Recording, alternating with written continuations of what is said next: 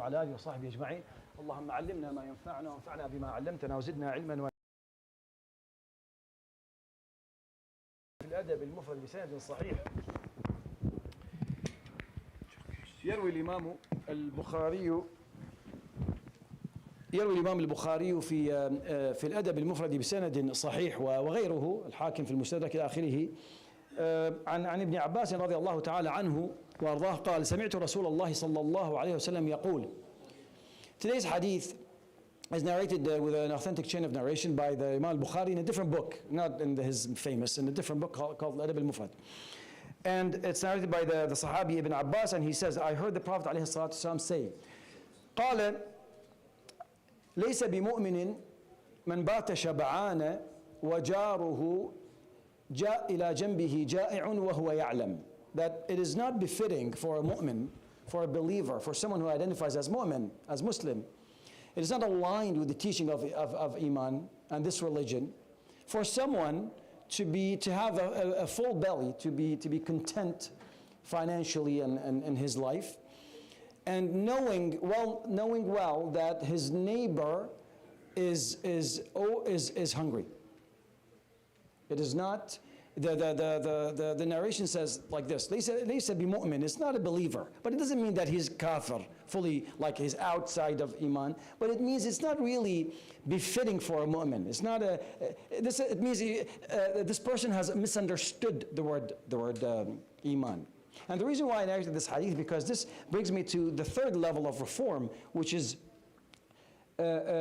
community reform. We talked about personal, talked about family. Today we're going to talk about, inshallah, for a few minutes, it's late, I don't want to take too much of your time, about community. After you have built yourself, educational, financial, spiritual, and your family is good, now it's time to extend your arm to your neighbor and build the community. So this hadith is beautiful because if you know, if there's a lot, it is not befitting for a mu'min, for someone who follows Islam not to have this social awareness. You live in your own groove, your own little bubble, and it doesn't matter what happens. As long as I'm good, my children are doing well, everyone goes to a good school, everyone has a nice car, I'm good. I go on vacation twice a year, that's good. I don't care about what happens outside.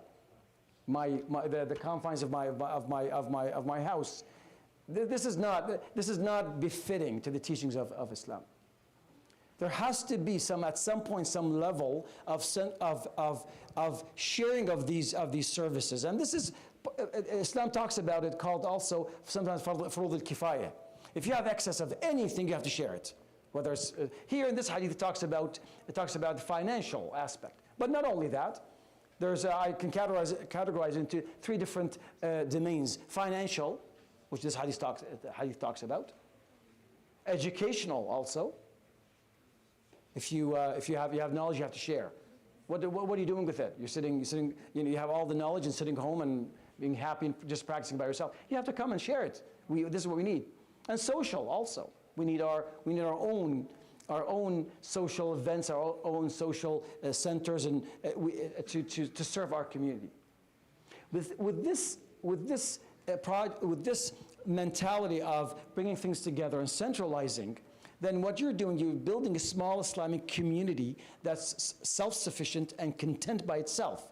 Even if it's small, before you think about other cities or other countries or if you get yourself in this small community, if you achieve that, then you have succeeded in a smaller project, and it's just a matter of duplication and spreading the same mentality outside. And I feel that this is. You can't really fix other places if your own community has deficiencies, and then it'll take you to the next level where you can go and teach other people how you succeeded, and then you build the same project elsewhere. So it's not really it's one of the, it says iman, like it's this laysa bimؤمن. It's not, because iman is not only faith, right? It's faith and also actions. You have to put, so to speak, your actions where your mouth is, right? Where you say, sure, let's see let's see the practice on these values that you talk about. I hope this was of benefit. يروي الإمام البخاري في الأدب المفرد بسند صحيح عن عبد الله بن عباس رضي الله تعالى عنه وارضاه قال سمعت رسول الله صلى الله عليه وسلم يقول ليس بمؤمن من بات شبعان وجاره إلى جنبه جائع وهو يعلم. صدق رسول الله صلى الله عليه وسلم. سبحانك اللهم وبحمدك لا إله إلا أنت أستغفرك وأتوب إليك. Do you have a